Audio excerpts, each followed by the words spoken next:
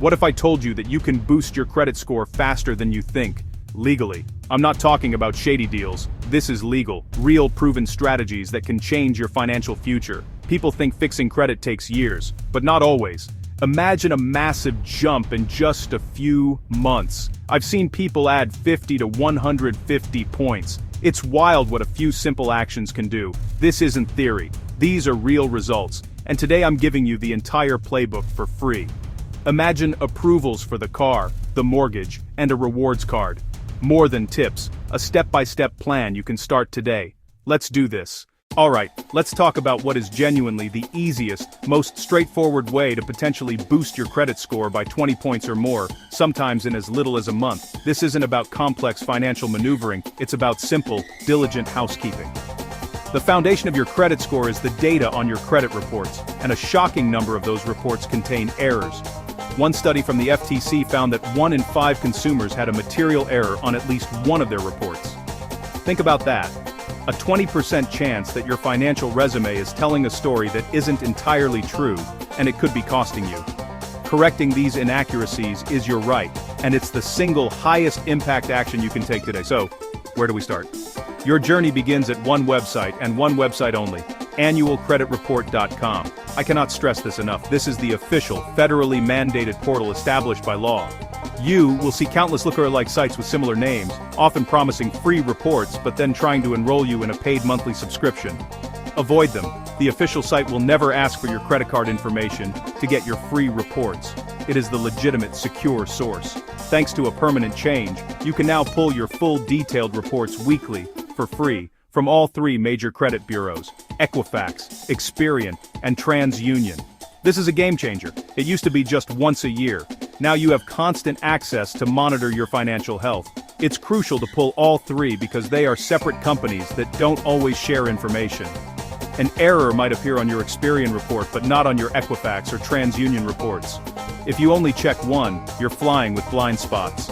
Once you've downloaded your reports, I strongly recommend you print them out. I know it's old school, but having a physical copy makes it so much easier to analyze. So, print them, grab a few different colored highlighters, and go line by line, section by section. This is not a 5-minute task. Set aside at least an hour where you can focus without distractions.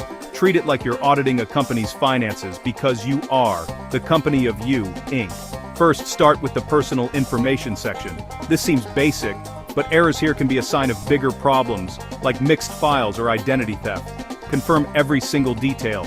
Is your name spelled correctly, including any suffixes like junior or senior? Are all listed addresses, past and present, places you've actually lived? Check your social security number and date of birth. Any variation, no matter how small, needs to be flagged for dispute. Next, move to the account section. This is the heart of the report. Go through every single account listed. Do you recognize every credit card and every loan? Look for accounts you never opened, a major red flag for fraud. Also look for accounts you closed years ago that are still being reported as open or vice versa. Verify the account numbers, the date each account was opened, the credit limit, and the current balance. Does it all match your own records? Now for the most critical part, the payment history. This is where you'll find late payment notations, 30, 60, 90 days late. These are score killers. You must verify every single one. Don't just assume the report is correct. Cross-reference any late marks with your own bank statements or payment confirmation emails. If you have proof that you paid on time, but the bureau is reporting you as late, that's dispute gold. This is the kind of error that, when corrected, can provide an immediate and significant score boost. Also, pay attention to the age of negative information. Most negative items, like late payments, collections, and charge-offs, have a shelf life. They are legally required to be removed from your report after 7 years from the date of the first delinquency. For a Chapter 7 bankruptcy, it's 10 years. Scan for any old, zombie-like negative items that have overstayed their welcome. Getting these outdated items removed is another straightforward win. As you go through this process, you need to be organized. Make a clear, detailed list of every single discrepancy you find. For each error, write down 3 things: which bureau it's on, Equifax, Experian, or TransUnion, the name and account number of the associated account, and a simple note about what is wrong. For example, Experian, Visa account, and ending in 4567, incorrectly reported 30-day late payment for June 2023. This list will be your battle plan. With your list in hand, it's time to file your disputes. The fastest and most efficient method is to use each bureau's online dispute portal. You can find these easily on their websites. While you can mail in disputes, the online process creates a clear digital trail and is generally much quicker. You'll file a separate dispute with each bureau that has an error. When you write your dispute, be clear and concise. This is not the time for a long, emotional story. State the facts. Clearly identify the account in question and explain exactly what is wrong and why it should be corrected. For example, the payment history for my account name and number, is inaccurate. It shows a 30-day late payment for June 2020. Now, Surindachi zesistieren disgesigs. Cordal Vero White Direct Spotting now, as you can see from the attached bank statement, my payment of amount was made on date, before the due date. Please remove this inaccurate late payment mark immediately. Your words alone are not enough. You need proof. This is where your earlier diligence pays off. Upload clear, legible copies of any documents that support your claim. This could be bank statements, canceled checks, payment confirmation emails, or letters from the creditor. The more concrete evidence you provide, the stronger your case becomes and the harder it is for the bureau or the creditor to dismiss your claim. Don't just tell them they're wrong, show them. Once you submit your dispute, the clock starts ticking. Under the Fair Credit Reporting Act, the bureaus generally have about 30 days to investigate your claim. They will contact the furnisher of the information, the bank or lender, who then has to investigate and report back. If the furnisher can't verify the negative information, or if they simply don't respond in time, the bureau must remove the item. Immediately after submitting, set a calendar reminder for 30 days out. If you haven't received the results of the investigation by then, it's time to follow up.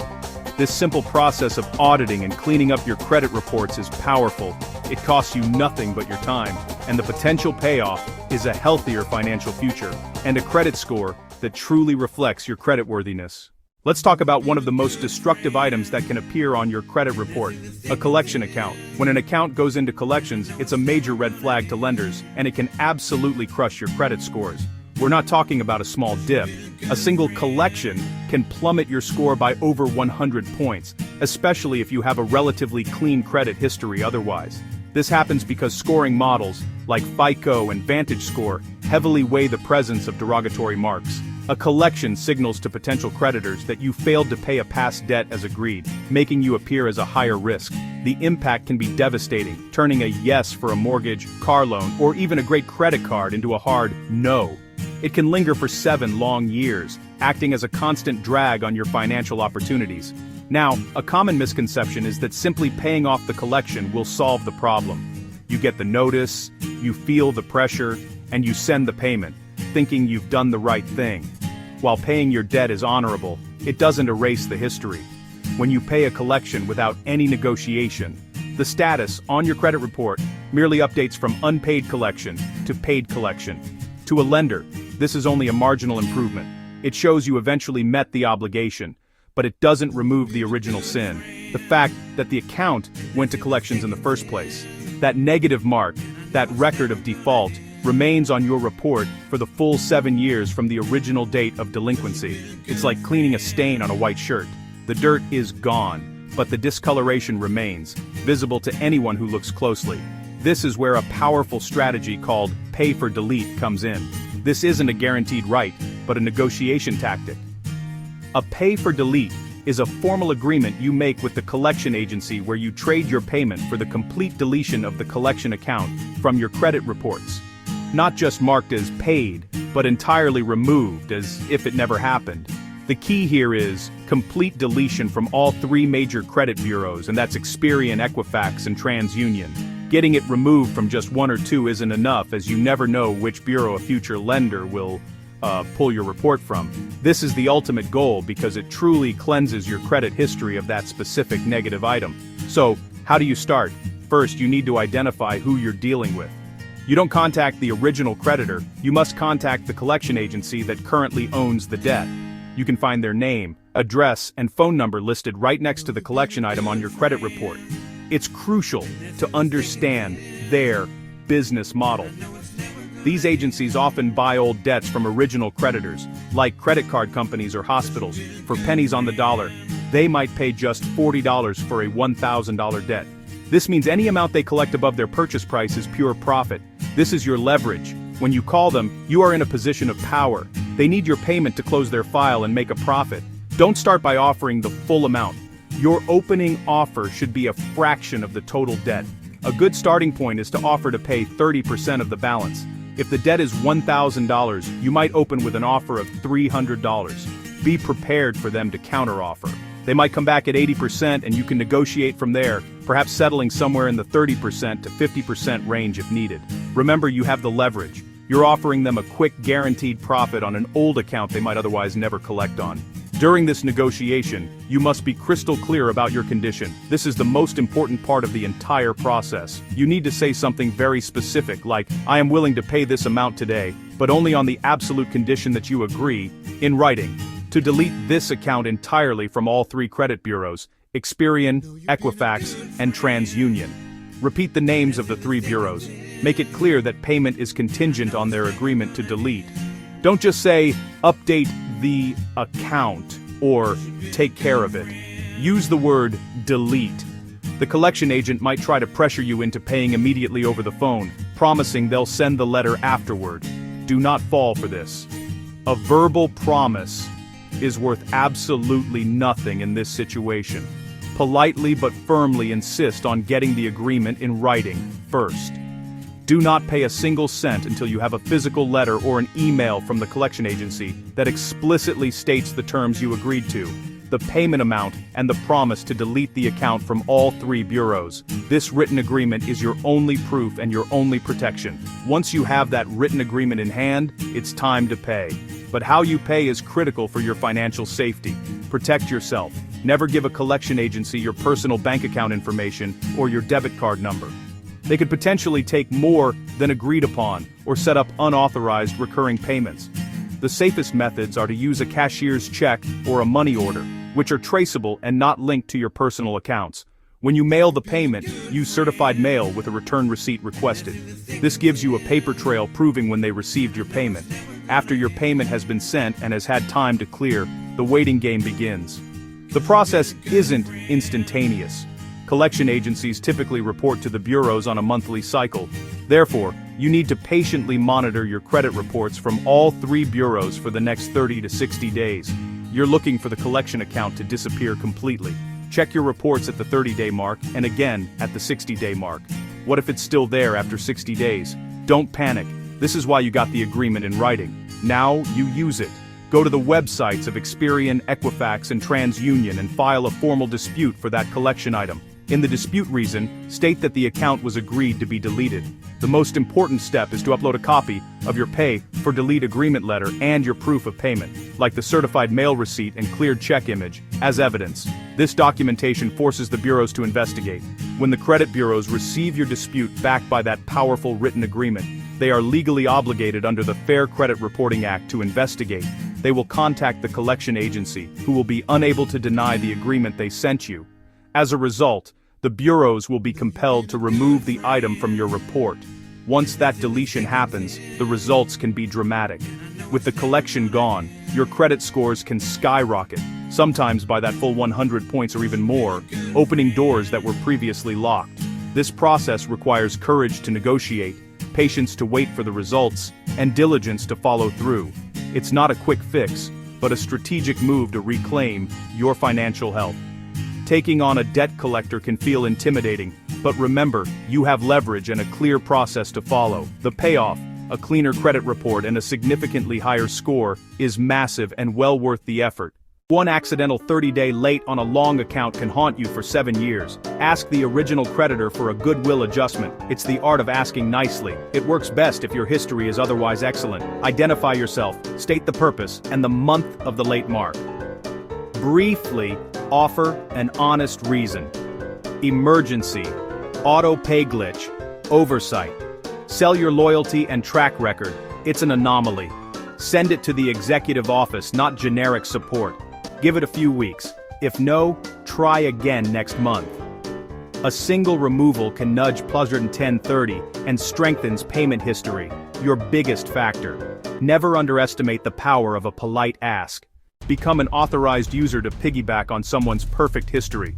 100% legal, ideal, long history, zero lates, low utilization. Think mom's 15-year card. That seasoned trade line can show up on your report and grow thin files fast. But choose wisely. Their missed payments or high balances hurt you too. Target, 5+ years, perfect record, and under 10% utilization. Verify the bank report's authorized users to all 3 bureaus. Add via app or call. You don't need the card, it can be cut up. Often, by next cycle, people see gains. Sometimes 50+ points in 30-60 days. It's the closest thing to a credit score cheat code. Have a serious talk first. You're linking financial fates. If you're looking for the fastest way to influence your credit score, you've come to the right place. While payment history is the king, accounting for 35% of your score, there's a powerful queen that sits right beside it: credit utilization.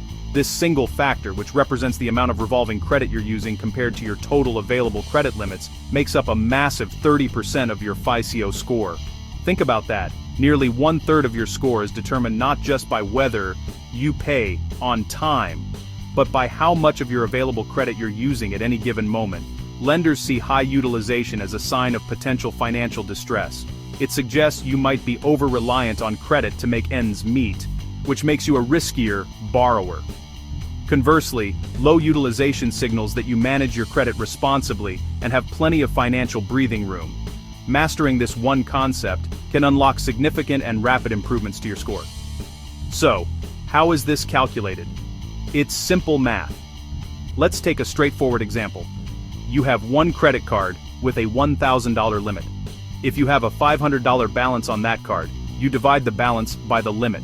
$500 divided by $1,000 gives you 0.50, which means your credit utilization on that card is 50%. In the world of credit scoring, lower is always better. A 50% utilization rate is considered high and will likely suppress your score. It tells lenders you've used up half of your available credit, which starts to raise eyebrows. But it's crucial to understand that scoring models look at this in 2 ways: the utilization on each individual card, and your overall utilization across all your cards combined. You could have low overall utilization, but one maxed out card can still drag your score down significantly. We need to manage both. This brings us to the golden rule, the 30% rule. As a general guideline, you should always aim to keep your credit utilization below 30%, both for individual cards and overall. So, on that $1,000 limit card, you'd want your balance to stay under $300. This is the threshold where utilization starts to have a more serious negative impact. However, if you want to truly optimize your score and get into the top tier, the real pros play a different game. They keep their utilization under 10%. On that same $1,000 card, that means a balance of less than $100. The data is clear. Consumers with the highest credit scores, those in the 800s, often have an average utilization rate of around 7%. The difference between a 29% and a 9% utilization can be dozens of points on your score. Now for strategy, if you have balances on multiple cards, you might be tempted to spread your payments around. Don't. You need to be surgical. Your first priority should be to attack the card with the highest individual utilization percentage. Why? Because a single maxed out card is a huge red flag to scoring algorithms. It's seen as a greater risk than having smaller balances across several cards, even if the total debt is the same. Imagine you have 2 cards, each with a $5,000 limit.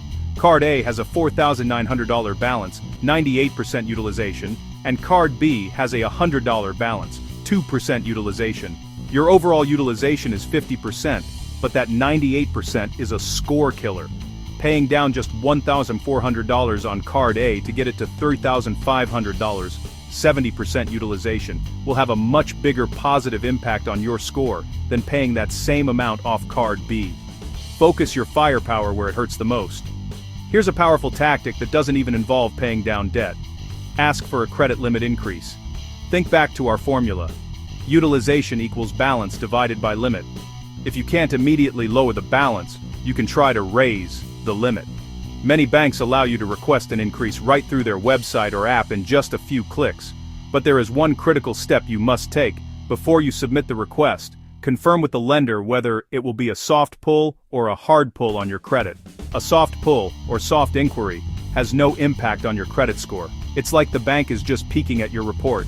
A hard pull, however, is an official application for new credit, and can cause a small, temporary dip in your score. Always ask customer service or look for disclosures on the application page. If it's a hard pull, you may want to wait until your score is stronger. If it's a soft pull, there's virtually no downside to asking. The impact of a limit increase can be immediate and dramatic. Let's go back to our card with a $500 balance on a $1,000 limit, putting you at 50% utilization. If the bank approves your request and doubles your limit to $2,000, your balance is still $500, but now your utilization is just 25%. $500 divided by $2,000. You just cut your utilization in half instantly, without paying a single penny toward your debt. This one action can lead to a significant score jump in the very next billing cycle when the new, higher limit is reported to the credit bureaus. It's one of the most effective leverage points you have. Another powerful tool in your arsenal is the balance transfer. This involves moving a high-interest balance from one credit card to another card that offers a 0% introductory annual percentage rate, or APR, for a promotional period, often 12 to 21 months. This strategy has a dual benefit. First, it can save you a tremendous amount of money on interest charges, allowing more of your payment to go directly toward the principal debt. Second, it can drastically improve your utilization. By moving a large balance from a nearly maxed-out card to a new card with a large empty limit, you instantly lower the utilization on the old card to zero and spread the debt out over a larger total credit line. Just be mindful of the costs. Most balance transfers come with an upfront fee, typically 3% to 5% of the amount being transferred. A 3% fee on a $5,000 transfer is $150. You have to weigh the cost against the potential interest savings and score benefit. A word of caution on balance transfers: they are not a magic wand. You must have a disciplined plan to pay off the transferred balance before the promotional 0% APR period ends. Mark the end date on your calendar. Divide the total balance by the number of months in the promo period to figure out your required monthly payment to clear the debt in time. If you don't, the interest rate can spike to a very high go-to rate, sometimes even higher than the rate on your original card. This could trap you in a worse situation than where you started. A balance transfer is a strategic tool for debt elimination, not a way to just shuffle debt around indefinitely. Use it wisely and with a clear payoff plan. Managing utilization is not a passive set-it-and-forget-it activity. It requires active management. Each month, you need to review your balances and your limits. A crucial piece of information to know is your statement closing date for each card. This is the date your issuer reports your balance and limit to the credit bureaus. It's not your payment due date. You could pay your bill in full by the due date, but if you made a large purchase right before the statement closing date, a high balance will still be reported, hurting your utilization for that month. To combat this, get in the habit of checking your balances a few days before the closing date. If you see a high balance looming before your statement closes, consider making an extra payment. Even small extra payments made mid-cycle, specifically on your highest utilization card, can make a huge difference. This practice, sometimes called credit cycling, ensures that the balance reported to the bureaus is as low as possible. You don't have to wait for your bill to arrive. You can log into your account anytime and make a payment. Making one payment right after you get paid and another just before the statement closing date can be a game-changing habit for keeping your reported utilization consistently low. The real magic happens when you stop thinking of these as separate tactics and start combining them into a comprehensive strategy. Imagine this. You start by targeting your highest utilization card with aggressive paydowns. At the same time, you request a soft pull credit limit increase on your other cards that have lower balances, which lowers your overall utilization. Then, you strategically use a 0% APR balance transfer to move the remaining debt from that high utilization card, saving on interest and freeing up its credit line. By layering these approaches, targeted paydowns, proactive limit increases, and smart transfers, you can achieve truly rapid gains in your credit score. And when I say rapid, I mean it. Unlike other factors like payment history or age of credit, which take years to build, utilization is calculated fresh every month. This means the positive changes you make today can be reflected on your credit report in as little as 30 to 60 days. Once your creditors report your new, lower balances and higher limits, the scoring algorithms will recalculate your score almost immediately. These utilization wins can move your score by 20, 50, or even more points in just 1 or 2 billing cycles. It's the closest thing to an instant gratification button in the world of credit building. Don't be intimidated by this process. Start with the easiest step.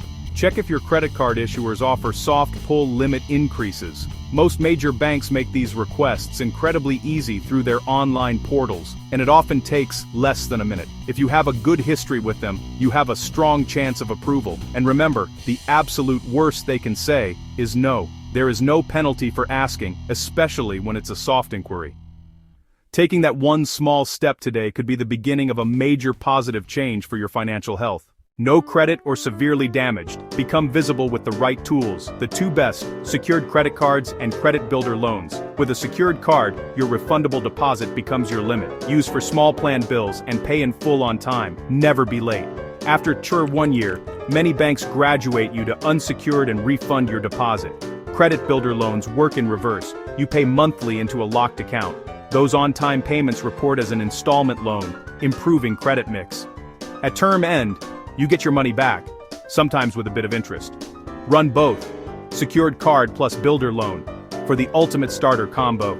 You build payment history, mix, and savings, all at once. Payment history is 35% of your FICO, the biggest slice. Turn on autopay for every credit card and every loan. If possible, set to pay full statement balance. If not, at least the minimum. Autopay is your safety net. Still add manual extra payments when you can. Pro tip: move due dates to just after payday to avoid cash flow misses. 5 accounts on autopay. That's 60 perfect payments per year.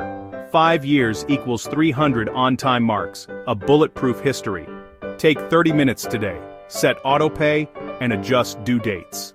Make being late impossible. Monitor monthly using free FICO or VantageScore in your bank apps. Use annualcreditreport.com for weekly full reports. Set a first-of-month reminder. Celebrate wins, then scan for new errors or creeping utilization. Concerned about identity theft? Freeze your credit and thaw when you apply.